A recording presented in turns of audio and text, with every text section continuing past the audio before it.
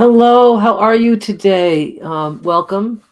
I'm glad to be talking with you, and I'm excited about this subject because it's a common thread that riders often have as some form of fear around their riding.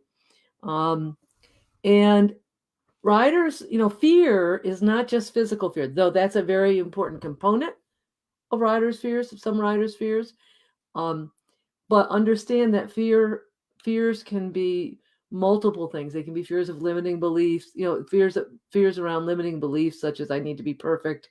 I, you know, so I made a mistake and now I'm upset and I'm fearful that I made a mistake and what are people going to think of me? And or fear of change. There can be a lot of different fears. They aren't always attached to physical fears. And that's what like anxieties and things can be around. Like I'm afraid this is going to happen, or I'm afraid that is going to happen, or I'm afraid people are going to think this about me or that about me, or I'm going to make a big mess of things, or we can spin all sorts of stories. But remember first that fear is normal and it does serve a purpose. So um,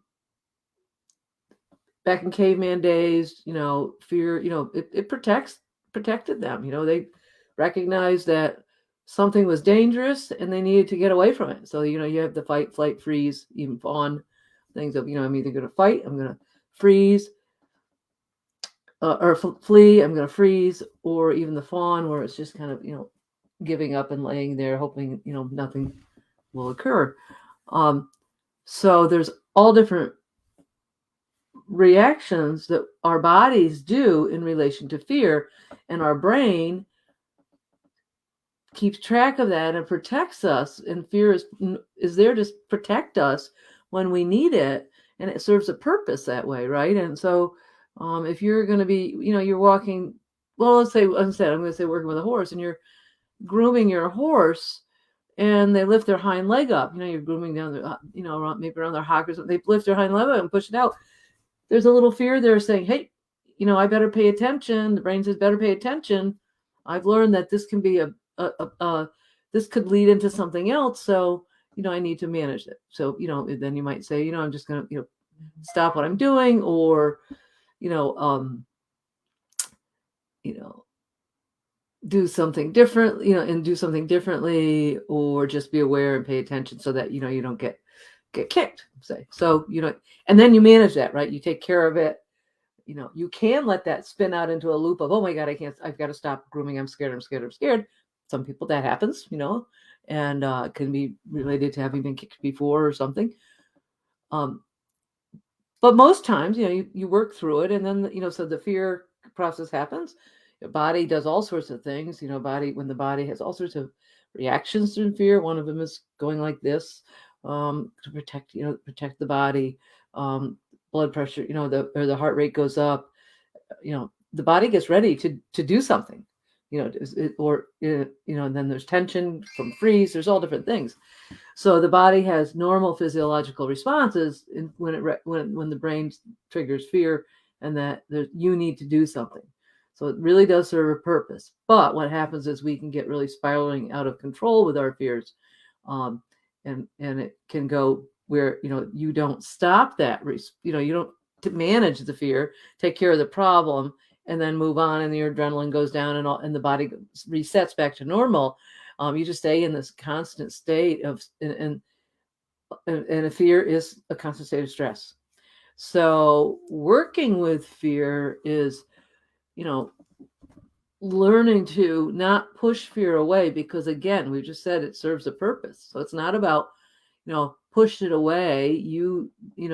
I'm never going to have fear. I'm fearless. Well, no, because fear, you need to have fear there to protect you.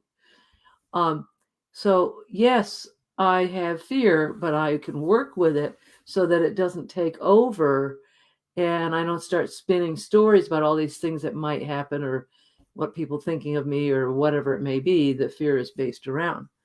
So the first step to working with fear is developing an awareness, and doing this is not, it's awareness, and letting go of any judgment, letting go, you've got to do it with a lot of loving kindness, a lot of compassion for yourself, and not beat yourself up because you have whatever fear you may have, but just note it. So there's habit loops. You have something triggers you, and then you have a behavior, so say, again, let's go back to the horse picking the leg up. That's the trigger. And if you really have a fear based around that, the behavior is totally backing away and saying, I can't do this, right? And then all of a sudden you've lost, and then the result is you're stressed out. You're not working with a horse anymore. You really want to ride. You're really interested in riding. You wish you could do it, but you're frozen in fear. So the result is not really that beneficial. So the awareness is just noting that. Say if that were to happen, you would go, oh, what am I feeling in my body? What's going on? Really understanding what's happening and what am I thinking? Really mapping that out and digging deeper, because there's layers of beliefs that can happen. So you can have the fear like that. So that's more of a physical fear, right? The horse may kick me. And I'm going to talk about physical fear a little deeper in a moment. But it could be then there's other things like, what's wrong with me? Why did I back away? And then you beat yourself up for that. A lot of negative, self-judgment around, why can't I fix this? Why am I afraid of this? Why is this happening? What are people thinking of me? So all those layers of limiting beliefs keep you even deeper stuck in that fear, that cycle of fear, because then you have anxiety and tension, and you can't even work through the original fear of maybe being afraid of getting kicked by a horse or something like that. So really kind of taking that awareness, just taking time to note. You can do journaling, you can do meditation, you can do it, go for a walk, really, but sit quietly, do whatever away from the situation, and then really understand like what happened, what was going on, really, start picking apart, like, what were you feeling? What was going on? What do you think? What do you think the limiting belief is? And with physical fear itself, again, I'm working, I'm teaching a course right now. And part of what I work with the group of riders, is working if they have any physical fear and working with that. And that it does, just like I said a little earlier, usually have some kind of layer of other fears. Maybe you rode when you were younger and you come back to riding now and you have this physical fear, maybe you fell off, recently something happened, or you just kind of worry about it. And so you may actually have a real trauma around having a fall, or it can be just that you're not just, but that you have a worry about it because the reality of falling, and that life is different right now and you have more responsibilities and all those things. So the falling seems a lot scarier. But when you have this physical fear, it can have layers. So it can be like, why can't I do this like I used to? What's wrong with me? And back to, like I said again, oh man, I want to do this. I don't want anybody to watch. I need to just, be in I don't like it when people are around, because now I really feel like they're judging me. And look at all those people in the barn who are doing so well. And why am I not able to get on and be as comfortable? What's wrong with me? Why am I not good enough? And just a lot of self-judgment. So there's, like, again, going back to those layers. So really noting if you, particularly if you have any fear, but, I know with physical fear, that can be a real tough one, that really just noting, are there other layers of things going on? And then thinking about whatever kind of fears, what do you get from the belief? So I talked a little later. What do you get from the belief in the attached behavior? So it's either frustration, or, you don't ride the horse, or you're upset, or, you feel unworthy, you feel bad about yourself. You have a lot of different negative feelings.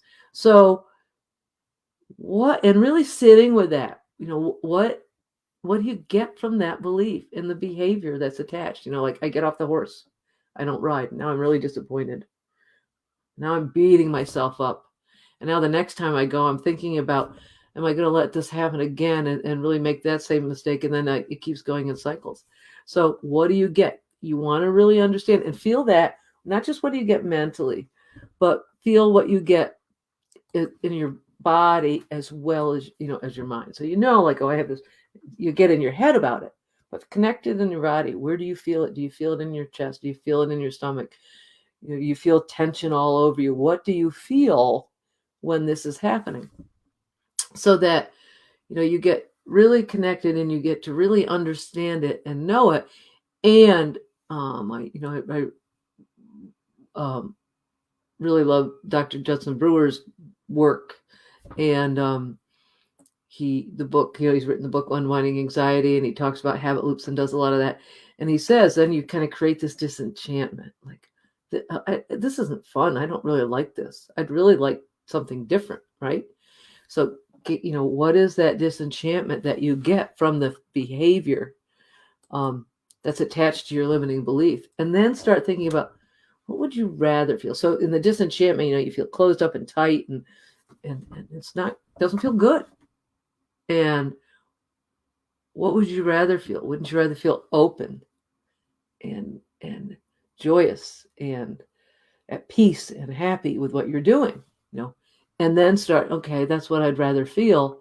So what behavior change would it take? So, what would you need to do next, differently to get that happening? Oh, if I can understand that it's okay if I make a mistake, and then I can learn from it, what will that make me feel like? It's okay for me to get on and ride my horse and only walk. It doesn't matter what other people are thinking. I have a physical fear. It's legitimate. I've had some trauma. It's legitimate. So I'm just going to only walk and really do some deep training at the walk, and then build from there so I can make small steps. If I let go of that other layer of what people are thinking of me, I can really create a plan that will over time help me work through this physical fear, work with this physical fear, not push it away, but work with it, or work with any fear. So that's kind of what working with fear is about. And it really takes, it takes time, and it takes understanding the process. This is just a little bit of, of the process, and a little bit of what I do when I work with riders in either on one-on-one coaching in clinics, or in my programs. You can, different programs. So, if you would like to work with me, feel free to contact me at Lisa@mindfulequestrian.com. If you really want to work with this and dig deeper and have someone to support you through the process and go deeper and help you do these discoveries and then move forward, and work to, move forward, and actually, it's becoming to then you befriend your fear and say, yes, you're here to serve me, and I need you here, and thank you. Even with, say, somebody like being, a perfection, somebody wants to be perfect. You know what? Thank you for making me really excel at what I do, but I don't need you all the time, because I really need to learn from my mistakes too, and not beat myself up for them. So it's really working with learning to make that fear be there. It serves you, but it has not taken over, and it doesn't live in your head and spiral out of control.